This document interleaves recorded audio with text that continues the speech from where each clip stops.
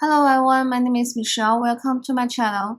In the last video of machine learning, we studied the basic concept of supervised learning and the development cycle of the models. For this video, we are going to walk through the model evaluation methods for classification models, or you can say it as the evaluation metrics for classification.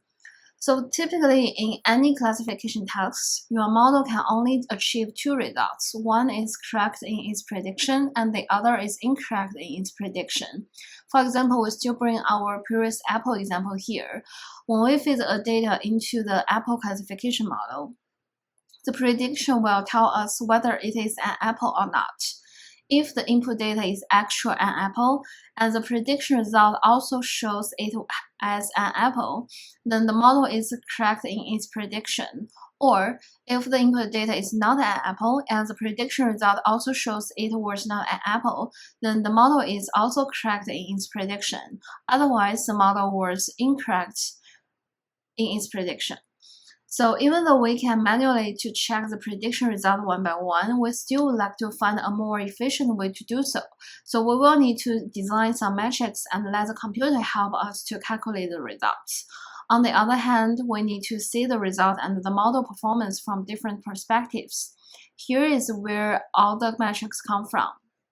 The key classification metrics we need to understand are accuracy, recall, precision, and F1 score. We are going to study each one of them one by one.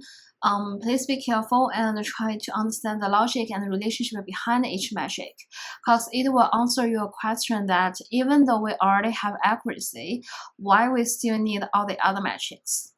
Okay, cool. Let's just get started. The very first one we are going to learn is called accuracy. I believe most of you may already heard about this metric, or even you have already listed on your resume. It is the most common, the most intuitive, and the most simplest one. So what exactly is the definition of accuracy? Accuracy is simply a ratio of the correctly predicted observations to the total observations. For example, we still can use the example of the apple. Assuming we have 10 apple entries in total, 9 of them are apple and 1 of them is not. When we feed the dataset into the model, the prediction shows all of them are apples.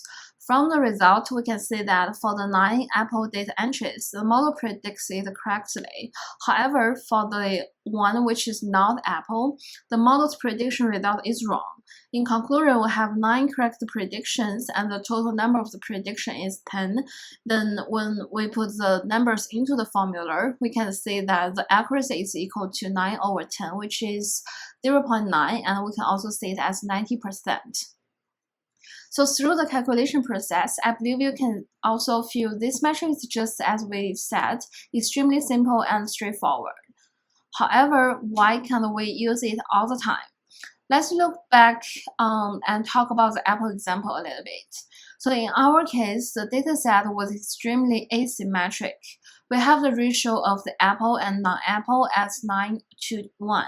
We don't even need a machine learning model, to be honest. We can simply predict all the data entries as apple. Then we can directly get an accuracy result as 90%. So even though the accuracy is a very great measure, but normally it's only suitable for the cases which you have the symmetric datasets. Then how do we measure the model performance if that is asymmetric?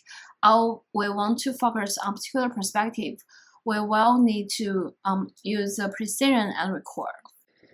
Alright, so let's dive into the concept of recall, also known as sensitivity.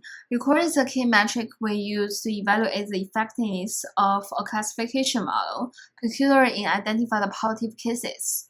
To put it simple, recall is proportion of actual positive observations that our model successfully identifies as positive. If we break it down in terms of formula, it's the number of the true positives divided by the sum of the true positive plus false negatives. So here, true positive represents cases that the model correctly identifies as positive, and false negative are the cases where the model missed a positive case. So by maximizing the recall, we're focused on capture as many positive cases as possible, minimize those missed positive cases. This metric is especially crucial in scenarios where the missing of positive cases would have significant consequences. We will see how this fits in with other metrics later, but for now, just keep in mind that a higher recall means a model is better at identifying all actual positive cases in the dataset. Now let's see the concept through an example now. In the diagram shown here, we can see that if we calculate the accuracy, it should be 998 plus 1 divided by 1000, which is 99.9%. The dataset is extremely asymmetric. However, if we only see the actual positive ones, we only have 2, in which the model only correctly predicts 1. When we use the recall metric to calculate, the recall value would be just 1 divided by 1 plus 1, which is 50%.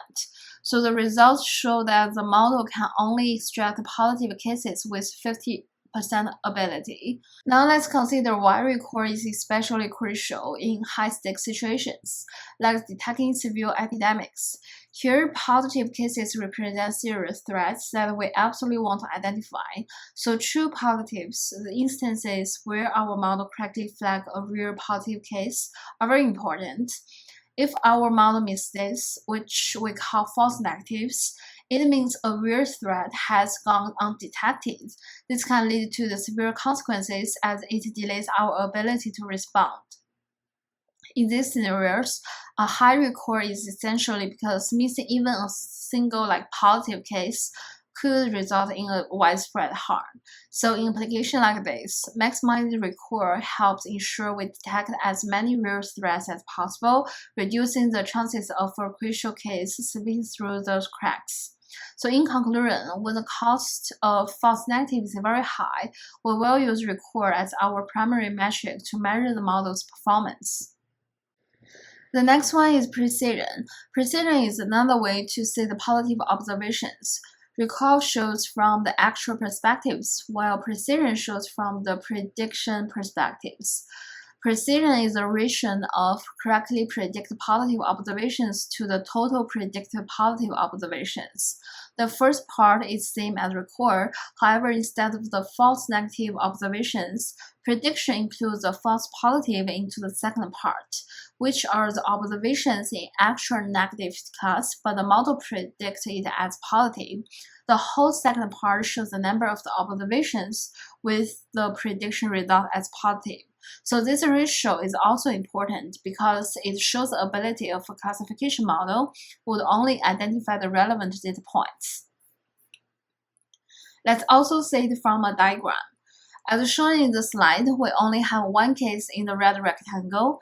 There is no false positive case and one true positive. If we calculate the precision, it would be 1 divided by 1 plus 0, which is 100%. The result means that if a model predicts some result as positive, it must be a positive one. You may feel weird from this case. Let's talk about another scenario. Assuming you are using email spam system, we mark the malicious emails as positive. It is good to see that the system can help us to filter out the malicious emails. However, if the threshold to pick up the malicious emails is too low, the system will also mark many benign emails as positive or seen malicious. These are the false positive cases. Then the wrong tagged emails will be directly categorized to the spam folder or even deleted. If there is any important email you are waiting for, then it will be a potential risk for you. Therefore, we care about the ability that the model only identifies the relevant data points. In short, when the cost of the false positive is very high, we will use precision as our primary metrics to measure the model's performance. The very last metric is called F1 score. Since we already know the recall and precision, we know these two are for different perspectives. The funny thing is that for most of the cases in the real world, we care both. So here's why we need F1 score. F1 score is the weighted average of precision and recall. The score takes both the false positive and the false negative into account. When we considering a more genetic case, most of the time the data is uneven, then we can say that F1 score is more useful than accuracy. Okay, for the last part of the video, I would like to introduce our YouTube membership. As we mentioned earlier, for the machine learning whole series, we are going to share some Q&A pairs on each topic, which will help you get a deeper understanding of machine learning itself and prepare for the interview questions. For all the Q&A pairs, we are going to list the videos under the YouTube channel membership. If you are interested in these questions, please follow us step by step and join us as our membership. To join as our membership, first, please click on our channel name. You can find it under any of my videos. After clicking the channel name, you should be able to navigate to our main channel page. From there, on the right side top, there is a join button. Click on the join button and there will be a pop-up window. Please note that we have 3 different kinds of memberships, only one for English version, so please note there should be a version.english at the end. It should only cost $2.99 per month. Once you choose this category, on the right side of the pop-up window, we can click on the join button. After finish all the steps YouTube requires, you are officially one of our memberships, and congratulations from there. So this is the very first time to watch my videos. Please do not hesitate to subscribe my channel and also give me a thumb up. I will keep posting next videos for you and study with you together all the time. Okay, that's all of my videos today. Thank you so much for watching and have a great day. See you in my next videos.